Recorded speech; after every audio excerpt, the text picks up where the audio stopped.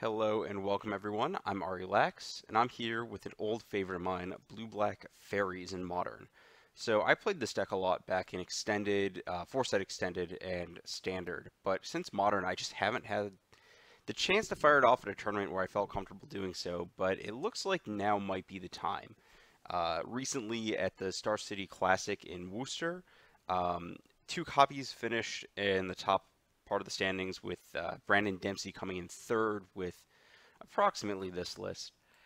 Just kind of go through what's going on here. I'm actually a huge fan of a lot of the choices being made. So you will notice heavy discard. I think that's just a huge aspect of the deck.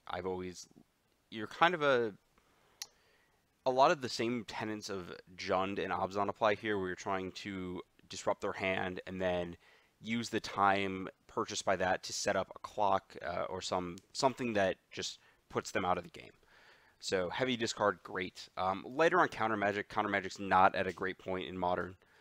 Heavy on spot removal, especially Fatal Push. This is a pretty big reaction to Death Shadow being big, and Fatal Push is a huge game for this deck compared to before. You had to play Disfigure, which was not very good, and you lost to a lot of early nonsense. Now Fatal Push is just basically the best thing ever.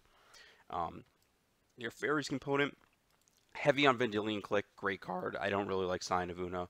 A little light on Mistbind Click, but I'm okay with that. That was something that I started to do in Extended when I played this deck. It's just in a format that's really aggressive and brutal. It's hard to have that many high drops in your deck. So you want a few to kind of give you a little late game punch, but just like any Jund on deck, you're limited in how many you actually can put into your deck. Full set of Bitter Blossoms, full set of Spell Setter Sprites. Again, great against Death Shadow. Just absolutely amazing. All their spells cost 1 or 2. This is going to pick off something almost every time.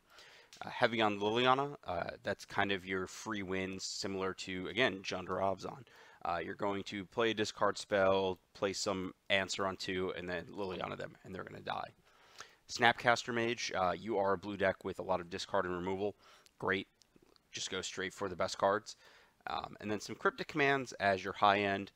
The tempo in this deck is really amplified. Just you're winning games on fairly small margins, and the extra turn can really get you somewhere. Also, the kind of weakness of Cryptic Command in Grixis decks has always been that they can just pick off your one creature when you go for the tempo play. Whereas in this deck here, you've got a lot of like Bitter Blossoms creature lands. It's a lot harder for them to take care of what your lethal attack is presenting. As I mentioned, lots of creature lands. You're kind of running your opponent down on cards and then picking them off, or using Bitter Blossom to survive a little bit. Just a lot of chip shots going on. Your mana is not very fetch heavy. You just really care about killing small stuff with Fatal Push. You're not heavy on fetch duels because you actually want your life total to be preserved for Thoughtseize Bitter Blossom. You have some Secluded Glens. I don't think a full set. It's kind of unreliable with only 15 fairies to reveal, which is why there's Darkslick Shores and Drowned Catacombs. Shores, I like not having the full 4 because I think that getting to your 4th mana on time is pretty key when you need it. So drawing multiples can leave you stranded. And I think maybe there's room for like another Drowned Catacomb over a Secluded Glen, but that's kind of semantics. I guess with the number of Inquisitions and Thoughtseizes, it's a little sketchy to do so.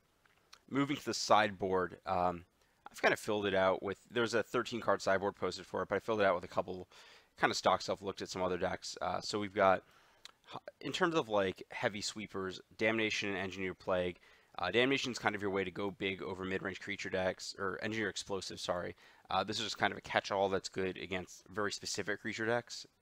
And you've got Kalitas is a card that a lot of these decks play. It's just another big game card for creature decks, mid-range mirrors, burn, just a way to gain life. It's just a good magic card. I don't think I'd want a second, but the first seems pretty powerful. Then you've got Ancestral Vision for the matchups that go grindy. This is a card I've actually always hated in Fairies. Even I didn't play Fairies in Standard during the Time Spiral era. I played Revelark, but when I was playing Fairies around that time, testing it, I actually you did get free wins off of going like Vision, stop all your stuff, win the game. But the problem with it is that you have only so many cards you can draw over the course of the game that are air, non-interactive stuff that if you have a vision in your opening hand, that suddenly becomes a lot of opening hands where you're not able to properly support it just because a lot of your other cards are not necessarily the most immediately proactive. Like the way Grixis is super heavy on bolts and snapcasters, you're a little lighter on this kind of chip shot interaction that makes this card a lot worse. And at the same time, you also have a lot more cards like Thoughtseize, Inquisition that get bad by the time that Ancestral fires off. So uh, it's specifically there for matchups where you're trying to bury your opponent cards. Extra counter magic, so shorting in the main does have some effects against stuff like Adnaz, so being able to draw up on the board is pretty good. Some more discard in Collective Brutality, also just the absolute end-all be-all against Burn, an initial spot removal spell, and Go for the Throat. It's really the next best thing. You don't want too many dismembers. You've already got one drop removal, and you want to hit basically any larger thing. And then some surgicals to show up the graveyard matchups. Dredge is not as bad as it looks for this setup because you do have flyers to finish them off with, but it's not good. You really have to slow them down heavily with your early discard and then rely a lot on like cryptic commands and things to manage their conflict rates. So I would not be excited to play the matchup, but I don't think it's as atrocious as it looks for only having 2 8 cards.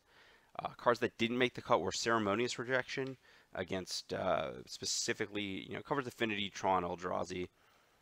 Not so much Eldrazi because of Cavern, but just kind of a catch-all early counterspell along the lines of these for certain matchups. And then Hurkyl's Recall.